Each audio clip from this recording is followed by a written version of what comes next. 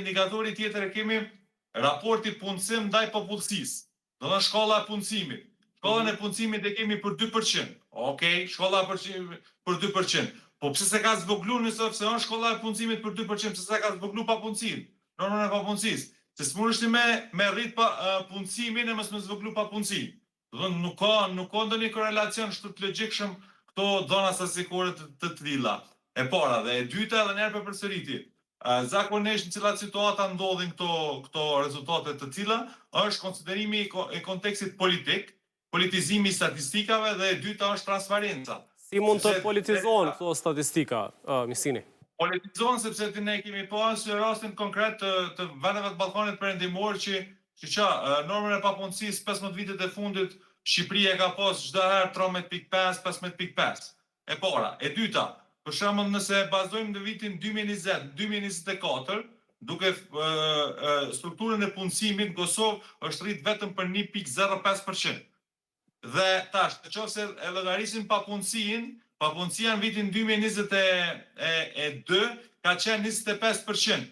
Që shko mundësi 15% me të rrotull norma papunësisë? Ku janë punësu ata njerëz? Sepse të përmetron norma papunësisë, të punësu njerëz.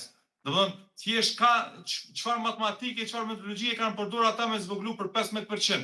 Normën e papunësisë më në një viti. Do të thonë po flas për 2022-2023.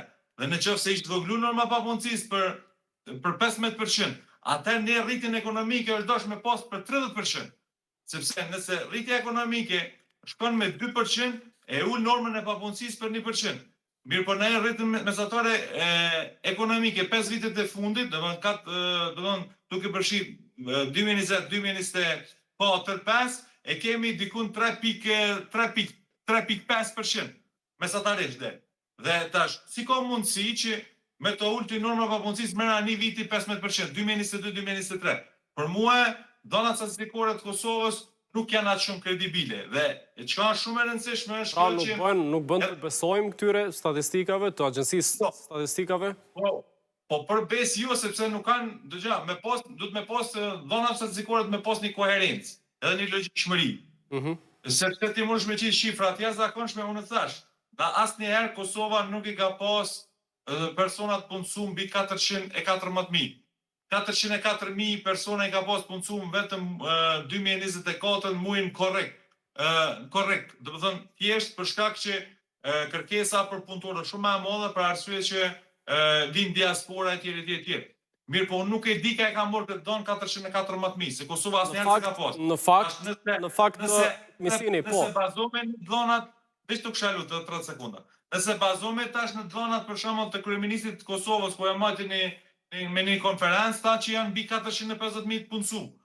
Tash, nuk puna me besu tash, kryeministi du të më bazu në dhënat statistikore të Agjencionit Statistikat Kosovës. Këtu del me 414.000. Administratat atimore del në mesatare me 400.000. Që tash aktualisht në mujt, për flas për mujnë 2025, mujnë 3, 400.559 persona.